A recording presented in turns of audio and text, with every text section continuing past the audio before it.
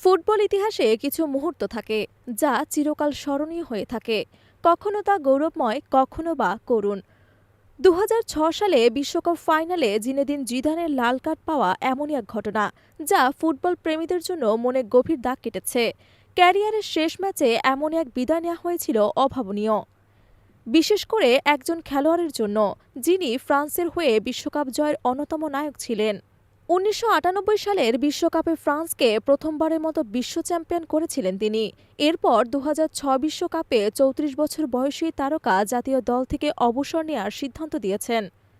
তবে ফ্রান্সের দুর্বল পারফরমেন্স দেখে তিনি ফিরে আসেন এবং দলকে নেতৃত্ব দেন। ফ্রান্সের যাত্রা শুরুটা সহজ ছিল না, তবে শেষ পর্যন্ত কোয়ার্টার ফাইনালে তারা ব্রাজিলকে হারিয়ে চমক সৃষ্টি করে। এরপর সেমিফাইনালে পর্তুগালকে হারিয়ে ফাইনালে ওঠে ফ্রান্স, যেখানে তাদের প্রতিপক্ষ ছিল ইতালি।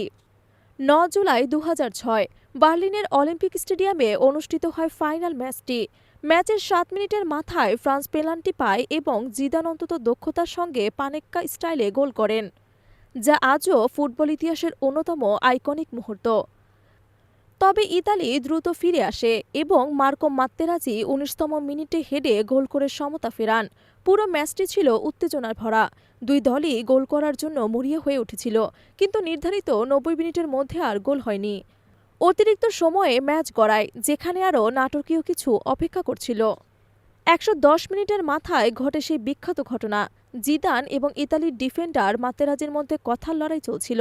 হঠাৎই জিদান রাগের মাথায় মাত্তেরাজ্জির বুকে মাথা দিয়ে আঘাত করেন। ম্যাচ অফিসিয়ালরা প্রথমে কিছু বুঝতে পারেনি, তবে ভিডিও রিপ্লে দেখে সিদ্ধান্ত নেওয়া হয়। রেফারি হর্হে লারিয়ন্দা সরাসরি লাল কার্ড দেখিয়ে জিদানকে মাঠ ছাড়ার নির্দেশ দেন। তার ক্যারিয়ারের শেষ ম্যাচ এবং বিশ্বকাপ ফাইনালের মতো একটি মঞ্চ থেকে এভাবে বিদায় নেওয়া ছিল অবিশ্বাস্য এবং হৃদয় বিদারক। পরে জানা যায় মাত্তেরাজ্জি জিদানের পরিবারের বিষয়ে অপমানজনক মন্তব্য করেছিলেন, যা সহ্য করতে না পেরে জিদান প্রতিক্রিয়া দেখান। তিনি স্বীকারও করেন যে এটি তার ভুল ছিল, তবে একই সঙ্গে বলেন, যদি কেউ আমার মায়ের বা বোনের অপমান করে তাহলে আমি এভাবে প্রতিক্রিয়া দেখাব। জিদানের বিদায়ের পর ম্যাচ ট্রাই ব্রেকারে গড়ায়, যেখানে ইতালি ৫-৩ ব্যবধানে পেনাল্টি জিতে বিশ্বকাপ চ্যাম্পিয়ন হয়। ফ্রান্সের হয়ে শেষবারের মতো মাঠে থাকা জিদান সেই মুহূর্তে ড্রেসিং রুমে ছিলেন, ফাইনাল শেষেও আর মাঠে আসেননি।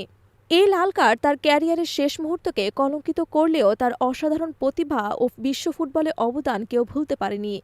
জিদানের সেই লাল কার্ড পাওয়া এবং মাঠ থেকে বিদায় নেওয়া ফুটবল ইতিহাসের অন্যতম আলোচিত ঘটনা হয়ে আছে। এটি প্রমাণ করে যে মহান খেলোয়াড়রাও কখনো কখনো আবেগের বশবর্তী হয়ে ভুল করতে পারেন। তবে দিন শেষে জিনেদিন জিদান বিশ্ব ফুটবলের এক উজ্জ্বল নক্ষত্র। তার খেলা, নেতৃত্ব এবং প্রতিভা তাকে ফুটবল ইতিহাসে চিরস্মরণীয় করে রেখেছে।